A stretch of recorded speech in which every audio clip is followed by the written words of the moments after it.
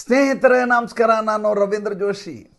ಇದೊಂದು ರೀತಿಯ suspense cinema ರೀತಿ ವಿದ್ಯಮಾನಗಳು ನಡೀತಾ ಇದ್ದಾವೆ ಜಾಗತಿಕ ಮಟ್ಟದಲ್ಲಿ.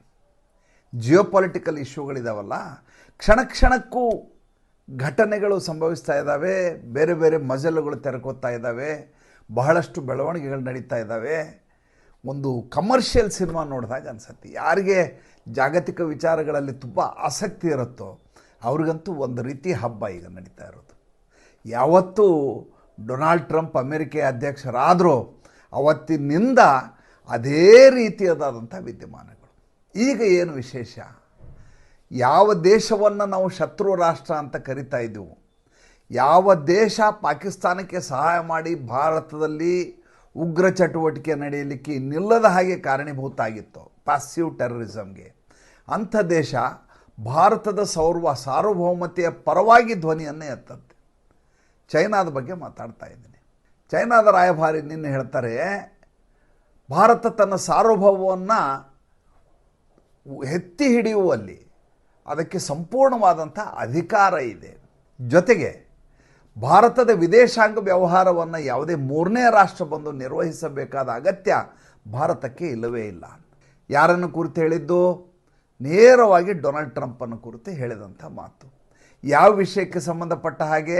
ಆಪರೇಷನ್ ಸಿಂಧೂರಿಗೆ ಸಂಬಂಧಪಟ್ಟ ಹಾಗೆ ಮತ್ತು ಇತರ ವಿದ್ಯಮಾನಗಳ ಸಂಬಂಧಪಟ್ಟ ಹಾಗೆ ಭಾರತದ ಮಧ್ಯೆ ಯಾರೋ ಮಧ್ಯಸ್ಥಿಕೆ ವಹಿಸಬೇಕಾದ ಅಗತ್ಯ ಇಲ್ಲ ಅಂತ ಚೈನಾ ಸಾರಿ ಹೇಳಿಬಿಟ್ಟಿದೆ. ಇದರ ಮಧ್ಯೆ 31 ಮತ್ತು 1ನೇ ತಾರೀಕು ನರೇಂದ್ರ ಮೋದಿಯವರು ತಿಯಾಂಗ್ ಜಿನ್ಗೆ ಹೋಗ್ತಾ ಇದ್ದಾರೆ. ಈ ಟಿಯಾಂಗ್ ಜಿನ್ನಲ್ಲಿ ಶಾಂಘೈ ಶೃಂಗಸಭೆ ನಡೀತಾ ಇದೆ. ನರೇಂದ್ರ ಮೋದಿ ಹೋಗ್ತಾರೆ ಅನ್ನುವಂಥ ನಿರೀಕ್ಷೆಯೇ ಇರಲಿಲ್ಲ. ನಡೀತಾ ಇರುವಂಥ ಬೆಳವಣಿಗೆಯನ್ನು ನೋಡಿದ ಮೇಲೆ ಚೈನಾದ ಜೊತೆ ಸ್ನೇಹವನ್ನು ಮತ್ತೆ ಕಾಪಾಡಿಕೊಳ್ಳುವ ಮೂಲಕ ಅಮೇರಿಕೆಗೆ ಟಕ್ಕರ್ ಕೊಡಬಹುದು ಅಂತ ಬಹುಶಃ ಭಾರತದ ವಿದೇಶಾಂಗ ವ್ಯವಹಾರಗಳಲ್ಲಿ ತೀರ್ಮಾನ ಆಗಿರಬೇಕು ಅಂತ ಕಾಣಿಸುತ್ತೆ. ಚೈನಾ ಸ್ಪಷ್ಟವಾಗಿ ಹೇಳಿದೆ, ನರೇಂದ್ರ ಮೋದಿಯವರ ಆಗಮನವನ್ನು ನಾವು ಅತ್ಯಂತ ಉತ್ಸುಕತೆಯಿಂದ ಉಮೇದಿನಿಂದ ನಿರೀಕ್ಷೆ ಮಾಡ್ತಾ ಇದ್ದೀವಿ. ಎರಡು ದೇಶಗಳ ಮಧ್ಯೆ ಬಾಂಧವ್ಯವನ್ನು ಬೆಸೆಯಬೇಕು, ಕೇವಲ ವ್ಯವಹಾರ ಮಾತ್ರ ಅಲ್ಲ, ಎರಡು ದೇಶಗಳ ಮಧ್ಯೆ ಮಧುರ ಬಾಂಧವ್ಯ ಇರಬೇಕು ಅಂತ. ಇದಕ್ಕಿಂತ ಇಂಪಾರ್ಟೆಂಟ್ ಇನ್ನೊಂದು ವಿಷಯ ಇದೆ. ಅದೇನಪ್ಪ, ಸ್ವತಃ ಕ್ಸಿ ಜಿನ್ಪಿಂಗ್ ಭಾರತಕ್ಕೆ ಬರಲಿದ್ದಾರೆ ನರೇಂದ್ರ ಮೋದಿಯವರ ಆಹ್ವಾನದ ಮೇರೆಗೆ. ಇನ್ನಷ್ಟು ಬೆಳವಣಿಗೆ ಏನು? ನಮ್ಮ security adviser, national security adviser ರಷ್ಯಾಗೆ ಹೋಗಿದ್ದಾರೆ. ರಷ್ಯಾಗೆ ಹೋದ ಸಂದರ್ಭದಲ್ಲಿ ಸ್ವತಃ ವ್ಲಾದಿಮಿರ್ ಪುಟಿನ್ ಅವರನ್ನು ಹಾರ್ದಿಕವಾಗಿ ಸ್ವಾಗತಿಸ್ತಾರೆ. ಅವರು ಬರುವ ಧಾವಂತಿಕೆ ನೋಡಿದರೆ ಕಾದು ಕುಳಿತವರಂತೆ ಅವರು ಕಾಣ್ತಾರೆ ಅಜಿತ್ ದೋವಲ್ ಅವರನ್ನು ಸ್ವಾಗತಿಸಲಿಕ್ಕೆ.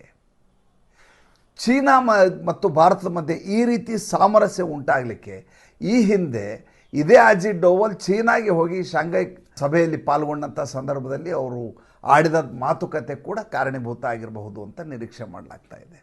ಒಬ್ಬ ಸೆಕ್ಯೂರಿಟಿ ಅಡ್ವೈಸರ್, ದೇಶದ ಸೆಕ್ಯೂರಿಟಿ ಅಡ್ವೈಸರ್ ಹೋದಾಗ ಆ ದೇಶದ ಅಧ್ಯಕ್ಷ ಈ ರೀತಿ ಬರಮಾಡಿಕೊಳ್ಳೋದು ನೋಡಿದರೆ ಭಾರತದ ಹಿರಿಮೆ, ಭಾರತದ ಗರಿಮೆ, ಭಾರತದ ಅಂತಸ್ತು, ಭಾರತದ ಘನತೆ ಏನಿರಬಹುದು ನಿರೀಕ್ಷೆ ಮಾಡಿ. ಒಂದು ದೇಶದ ಭದ್ರತಾ ಸಲಹೆಗಾರ ಹೋದಾಗ ಇನ್ನೊಂದು ದೇಶದ ಭದ್ರತಾ ಸಲಹೆಗಾರ ಆತನನ್ನು ಬರಮಾಡಿಕೊಳ್ತಾರೆ, ಮಾತುಕತೆ ನಡೆಸ್ತಾರೆ. ಅದಾದ ಮೇಲೆ ಅಗತ್ಯ ಬಿದ್ದರೆ ಮಾತ್ರ ಅಲ್ಲಿಯ ಅಧ್ಯಕ್ಷರು ಅವರನ್ನು ಭೋಜನ ಕೂಟಕ್ಕೆ ಆಹ್ವಾನಿಸ್ತಾರೆ ಅಥವಾ ಒಂದು ಸಲ ಭೇಟಿಗಾಗಿ ಅವಕಾಶ ಮಾಡಿಕೊಡ್ತಾರೆ. ಆದರೆ ಸ್ವತಃ ವ್ಲಾದಿಮಿರ್ ಪುಟಿನ್ ಅಜಿತ್ ಡೋವಲ್ ಅವರನ್ನು ಬರಮಾಡಿಕೊಳ್ಳುವಂಥ ದೃಶ್ಯವನ್ನು ನೀವು ನೋಡಿರಬಹುದು. ಇಷ್ಟಕ್ಕೆ ಮುಗಿಯೋದಿಲ್ಲ ವಿಚಾರ, ಇದರ ಜೊತೆ ಇನ್ನೊಂದು ಸೇರ್ಕೊಳ್ತದೆ. ಅದೇನಪ್ಪ ಅಂತಂದರೆ, ಸ್ವತಃ ವ್ಲಾದಿಮಿರ್ ಪುಟಿನ್ನು ಡಿಸೆಂಬರ್ನಲ್ಲಿ ಭಾರತಕ್ಕೆ ಬರುವ ಸಾಧ್ಯತೆ ಇದ್ದದ್ದು ಈಗ ಅದಕ್ಕಿಂತ ಮುಂಚೆಯೇ ಬರ್ತಾರೆ ಅಂತ ಮೂಲಗಳು ತಿಳಿಸ್ತಾ ಇದ್ದಾವೆ. ಒಂದು ಕಡೆ ರಷ್ಯಾ ಭಾರತಕ್ಕೆ ಬರ್ತಾ ಇದೆ, ಇನ್ನೊಂದು ಕಡೆ ಚೈನಾ ಭಾರತಕ್ಕೆ ಬರ್ತಾ ಇದೆ. ಭಾರತದ ಪ್ರಧಾನಿ ಚೈನಾಗೆ ಹೋಗ್ತಾ ಇದ್ದಾರೆ, ಭಾರತದ ಭದ್ರತಾ ಸಲಹೆಗಾರ ರಷ್ಯಾದಲ್ಲಿ ಮಾತುಕತೆ ನಡೆಸ್ತಾ ಇದ್ದಾರೆ. ಇವೆಲ್ಲವೂ ಕೂಡ ಡೊನಾಲ್ಡ್ ಟ್ರಂಪ್ ಅವರಿಗೆ ತಳಮಳವನ್ನುಂಟು ಮಾಡುವಂಥ ವಿಚಾರಗಳು. ಚೈನಾ ಕಂಡ್ರೆ ಇನ್ನಿಲ್ಲದ ಹಾಗೆ ಹಗೆಯನ್ನು, ಸೇಡನ್ನು ತೀರಿಸ್ಕೋಬೇಕು ಅಂತ ಕಾದು ಕೂತಿದ್ದಾರೆ ಡೊನಾಲ್ಡ್ ಟ್ರಂಪ್. ಈ ಟ್ಯಾರಿಫ್ ಅನ್ನುವಂಥದ್ದು ವಿಷಯ ಇದೆಯಲ್ಲ, ಅದನ್ನು ಮೊಟ್ಟ ಮೊದಲು ಹೇರಿದ್ದು ಚೈನಾದ ಮೇಲೆ. ಚೈನಾದ ಮೇಲೆ 125% ಟ್ಯಾರಿಫ್ ಹೇರ್ತೀನಿ ಅಂತ ಶುರು ಮಾಡಿದರು ಡೊನಾಲ್ಡ್ ಟ್ರಂಪ್ ಅವರು. ಆ ಸಂದರ್ಭದಲ್ಲಿ ಅಲ್ಲಿಯ ಟಿಕ್ ಟಾಕ್ ಮೂಲಕ ನಮ್ಮಲ್ಲಿರುವಂಥ ಎಲ್ಲ ವಸ್ತುಗಳನ್ನು ನಾವು ಇಂಟರ್ನ್ಯಾಷನಲ್ ಲೆವೆಲಲ್ಲಿ ಕಳಿಸ್ಕೊಡ್ತೀವಿ, ನೀವು ಭಾರತ ಮಧ್ಯೆ ಅಮೇರಿಕ ಬೇಕಾಗೇ ಇಲ್ಲ ಅನ್ನುವ ರೀತಿಯಲ್ಲಿ ದೊಡ್ಡದಾದಂಥ ಅಭಿಯಾನವನ್ನೇ ಚೈನಾದ ಎಲ್ಲ ಸರಕುದಾರರು ರಫ್ತುದಾರರು ದೊಡ್ಡದಾಗಿ ಒಂದು ಅಭಿಯಾನವನ್ನು ಮಾಡಿದರು. ಅದಾದ ತಕ್ಷಣ ಇದ್ದಕ್ಕಿದ್ದ ಹಾಗೆ ಹಿಂದೆ ಸರಿದ್ರು ಡೊನಾಲ್ಡ್ ಟ್ರಂಪ್. ಒಂದಷ್ಟು ಸಮಯ ಕೊಟ್ಟರು. ಈಗ ಡೀಲು ಅಷ್ಟಕ್ಕೆ ಸ್ಥಗಿತಗೊಂಡು ನಿಂತಿದೆ. ಚೈನಾ ಕೆಲವೊಂದು ವಸ್ತುಗಳನ್ನ ಅಮೇರಿಕೆಗೆ ಕಳಿಸ್ತಾ ಇದೆ. ಚೈನಾಗೆ ಒಂದು ಅನಿವಾರ್ಯತೆ ಏನಪ್ಪ ಅಂತಂದರೆ, ಅದು ತನ್ನ ವಸ್ತುಗಳನ್ನು ಎಷ್ಟು ಬೇಕೋ ಅದರ 10 ಪಟ್ಟು ತಯಾರಿ ಮಾಡುವಂಥ ಶಕ್ತಿಯನ್ನು ಹೊಂದಿರೋದರಿಂದ, ಉತ್ಪಾದಕ ಶಕ್ತಿಯನ್ನು ಹೊಂದಿರೋದರಿಂದ ಅದು ರಫ್ತು ಮಾಡಲೇಬೇಕು. ರಫ್ತೇ ಅದರ ಮೂಲ ಬಂಡವಾಳ ದೇಶದ್ದು. ಎಕಾನಮಿ ತುಂಬ ಚೆನ್ನಾಗಿದ್ರೂ ಕೂಡ ರಫ್ತನ್ನು ಕಡಿಮೆ ಮಾಡಿದ ತಕ್ಷಣ ಅಲ್ಲಿ ಎಕಾನಮಿ ಬಿದ್ದೋಗ್ತದೆ ಅನ್ನುವಂಥ ಭಯ ಆತಂಕ ಆ ದೇಶಕ್ಕಿದೆ. ಇನ್ನು ರಷ್ಯಾ ಯುದ್ಧದಲ್ಲಿ ತಲ್ಲೀನಾಗಿರುವಂಥ ದೇಶ.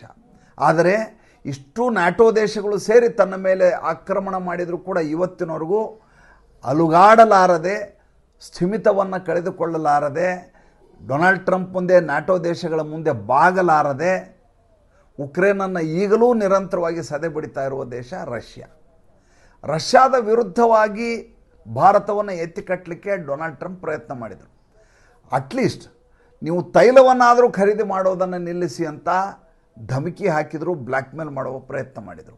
ಆದರೆ ನಿನ್ನೆ ನರೇಂದ್ರ ಮೋದಿಯವರು ಸುದೀರ್ಘವಾಗಿ ವ್ಲಾದಿಮಿರ್ ಪುಟಿನ್ ಜೊತೆ ಮಾತಾಡಿ ಭಾರತ ದೇಶಕ್ಕೆ ಬನ್ನಿ ಅಂತ ಆಹ್ವಾನವನ್ನು ಕೊಡ್ತಾರೆ.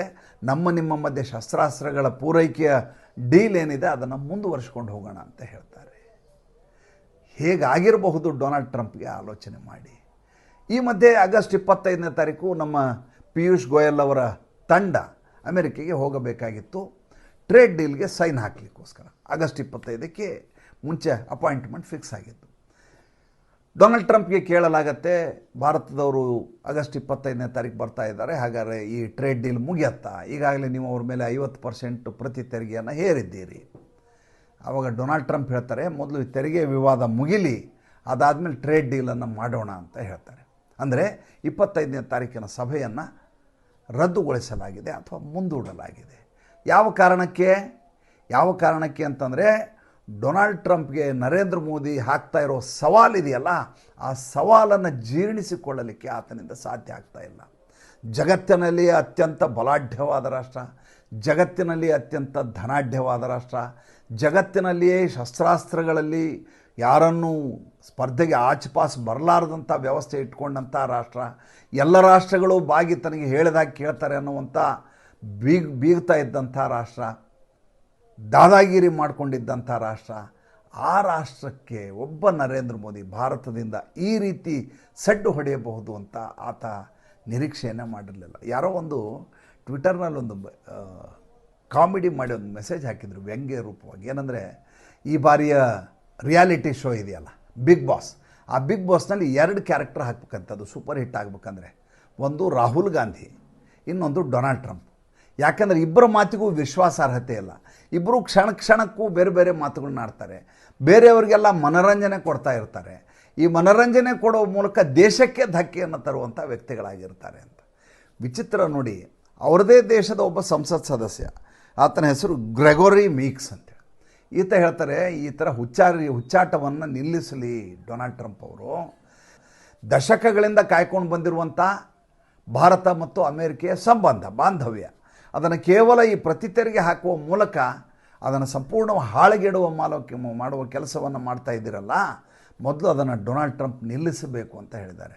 ಮಜಾ ಅಂದರೆ, ಈ ಗ್ರೆಗೋರಿ ಮೀಕ್ಸ್ ಇದ್ದಾರಲ್ಲ, ಅವರು ಡೊನಾಲ್ಡ್ ಟ್ರಂಪ್ ಪಕ್ಷದವರು, ರಿಪಬ್ಲಿಕನ್ ಪಕ್ಷದವರೇ, ಅವರೇ ಈ ರೀತಿ ಹೇಳ್ತಾ ಇದ್ದಾರೆ.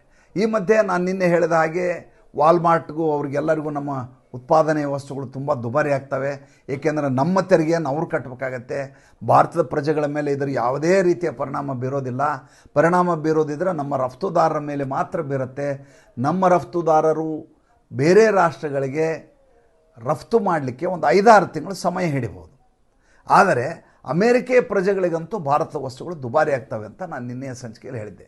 ಈಗ ವಾಲ್ಮಾರ್ಟ್ ಅದೇ ಕಾರಣವನ್ನು ಹೇಳಿ ನಮಗೆ ಭಾರತದ ವಸ್ತುಗಳನ್ನು ಆಯಾತ ಮಾಡಿಕೊಳ್ಳಿಕ್ಕೆ ಸಾಧ್ಯ ಆಗ್ತಾ ಇಲ್ಲ ಅಂತ ಸ್ಪಷ್ಟವಾಗಿ ಹೇಳಿಬಿಟ್ಟಿದೆ. ಇನ್ನು ಲೂಲಾ ಡಿ ಸಿಲ್ವಾ, ಬ್ರಾಜಿಲ್ನ ಅಧ್ಯಕ್ಷ, ಸಣ್ಣ ದೇಶ ರೀ, ಆ ದೇಶಕ್ಕೂ ಕೂಡ ಇದೇ ರೀತಿಯ ಧಮಕಿಯನ್ನು ಹಾಕಿದ್ರು ಡೊನಾಲ್ಡ್ ಟ್ರಂಪ್. ಏನಂತ, ನಾವು ಹೇಳಿದ ಹಾಗೆ ಕೇಳಬೇಕು, ನಾವು ಹೇಳಿದ ತೆರಿಗೆಯನ್ನು ಕಟ್ಟಬೇಕು, ಟ್ಯಾರಿಫ್ ಹಾಕಿದ್ದೀವಿ ಅಂತ. ಅದಾಗೂ ಹೋಗುವಾಗ ಒಂದು ಮಾತು ಹೇಳಿದರು, ಏನಂತ, ನೀವು ಬೇಕಾದ್ರೆ ಫೋನ್ ಮಾಡಿ ನನ್ನ ಜೊತೆ ಸಂವಾದ ಮಾಡಿ ವಿಚಾರ ಮಾಡೋಣ. ಸ್ವಾಭಿಮಾನಿ ರಾಷ್ಟ್ರ ಬ್ರಾಜಿಲ್, ಅವರ ಅಧ್ಯಕ್ಷ ಹೇಳ್ತಾರೆ, ಲೂಲಾ, ನಾನು ಮಾತಾಡೋದಾದರೆ ಭಾರತದ ನರೇಂದ್ರ ಮೋದಿ ಅವ್ರ ಜೊತೆ ಮಾತಾಡ್ತೀನಿ, ಇಲ್ಲಾಂದರೆ ಚೀನಾದ ಝಿ ಜಿನ್ಪಿಂಗ್ ಜೊತೆ ಮಾತಾಡ್ತೀನಿ, ನಿಮ್ಮ ಜೊತೆ ಮಾತಾಡೋದಿಲ್ಲ ಅಂತ ಮಾತಿಗೆ ಬದ್ಧರಾಗಿ ನಡ್ಕೊಂಡಿದ್ದಾರೆ. ನಿನ್ನೆ ನರೇಂದ್ರ ಮೋದಿ ಜೊತೆ ಗಂಟೆಗಟ್ಟಲೆ ಮಾತಾಡಿ ವ್ಯವಹಾರವನ್ನು ಫೈನಲ್ ಮಾಡುವಂಥ ಹಂತಕ್ಕೆ ಬಂದಿದ್ದಾರೆ. ಅಂದರೆ ಜಗತ್ತಿನ ಎಲ್ಲ ರಾಷ್ಟ್ರಗಳು ಕೂಡ ಈಗ ಡಾಲರ್ ಹೆಜಿಮೋನಿ ಅಂತೇನಿದೆ ಅದನ್ನು ಹೇಗೆ ಸದಿಯ ಬಡಿಬೇಕು ಅಂತ ಎಲ್ಲರೂ ಕಾಯ್ತಾಯಿದ್ರು. ಅದಕ್ಕೆ ಮುಹೂರ್ತಕ್ಕೆ ಕಾಯ್ತಾಯಿದ್ರು. ಸರಿಯಾದ ಸಂದರ್ಭ ಯಾವುದು ಹೇಳಿ ನೋಡೋಣ. ಆಪರೇಷನ್ ಸಿಂಧೂರ್ ನಡೀತಲ್ಲ, ಆ ಸಂದರ್ಭದಲ್ಲಿ ಭಾರತದ ಆಕ್ರಮಣಶೀಲತೆ ಹೇಗಿದೆ, ಭಾರತದ ನಿಜವಾದಂಥ ಸೈನ್ಯದ ಶಕ್ತಿ ಏನಿದೆ, ಭಾರತ ಹೇಗೆ ಸ್ಟ್ರಾಟಜಿಕ್ಕಾಗಿ ಒಂದು ದೇಶವನ್ನು ಮಣಿಸುತ್ತೆ, ಎಲ್ಲವನ್ನು ನೋಡಿ ನಿಬ್ಬೆರಗಾಗಿ ಹೋಗ್ತಾರೆ. ನಿಬ್ಬೆರಗಾಗೋದು ಅಷ್ಟೇ ಅಲ್ಲ, ಈ ರಾಷ್ಟ್ರದ ಜೊತೆ ಸಂಬಂಧ ಇಟ್ಕೊಂಡ್ರೆ ನಮಗೂ ಕೂಡ ಘನತೆ ಬರುತ್ತೆ ಅಂತ ತಿಳ್ಕೊತಾರೆ.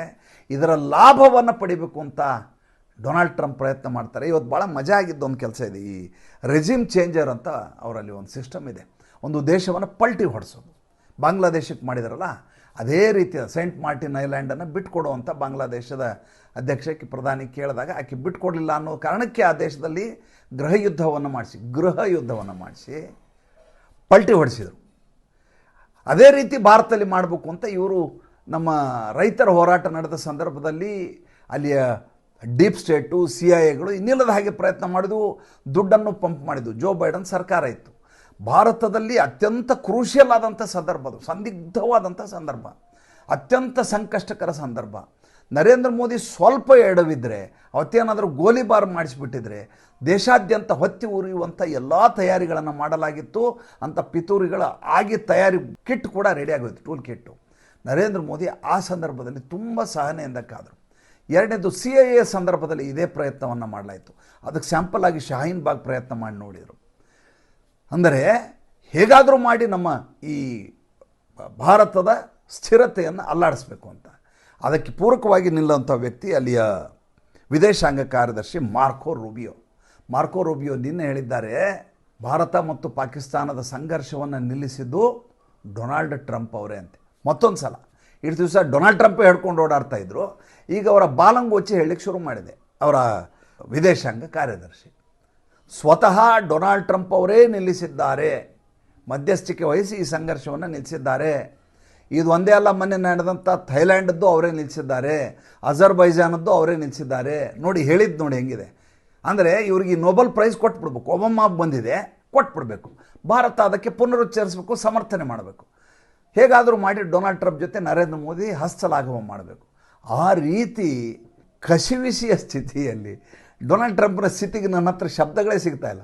ಅಂಥದ್ದೊಂದು ತಳಮಳದಲ್ಲಿ, ಅಂಥದ್ದೊಂದು ಒದ್ದಾಟದಲ್ಲಿ ವಿಲವಿಲ ಆಗಿ ಡೊನಾಲ್ಡ್ ಟ್ರಂಪ್ ಒದ್ದಾಡ್ತಾ ಇದ್ದಾರೆ. 3 ಬೃಹತ್ ಶಕ್ತಿಗಳು, ಜಗತ್ತಿನ 3 ಬೃಹತ್ ಶಕ್ತಿಗಳು ಏಕಕಾಲಕ್ಕೆ ಸಂಘಟಿತರಾಗ್ತಾ ಇದ್ದಾರೆ. ಒಂದು ರಷ್ಯಾ, ಇನ್ನೊಂದು ಚೈನಾ, ಇನ್ನೊಂದು ಭಾರತ. 3 ಒಂದಕ್ಕಿಂತ ಒಂದು ಮಿಗಿಲಾದಂಥ ರಾಷ್ಟ್ರಗಳು. ಏಕಾಂಗಿಯಾಗಿ ನಿಲ್ಲೋದು ಕೊನೆಗೆ ಡೊನಾಲ್ಡ್ ಟ್ರಂಪ್ ಮಾತ್ರ. ಈ ಕಡೆ ಭಾರತದಲ್ಲಿ ರಾಹುಲ್ ಗಾಂಧಿ ಮಾತ್ರ. ಗಮನಿಸ್ತಾ ಇರಿ. ಮತ್ತು ಮುಂದಿನ ಸಂಚಿಕೆಯಲ್ಲಿ ಮಾತಾಡ್ತೀನಿ. ಸಂಚಿಕೆ ಇಷ್ಟ ಆಗಿದ್ದರೆ ಲೈಕ್ ಮಾಡಿ, ಫಾಲೋ ಮಾಡಿ, ಶೇರ್ ಮಾಡಿ. ದಯವಿಟ್ಟು ನಮ್ಮ ಮುಕ್ತ ಪತ್ರಿಕೋದ್ಯಮಕ್ಕೆ ಆರ್ಥಿಕವಾಗಿ ಬೆಂಗಾವಲಾಗಿ ನಮಸ್ಕಾರ.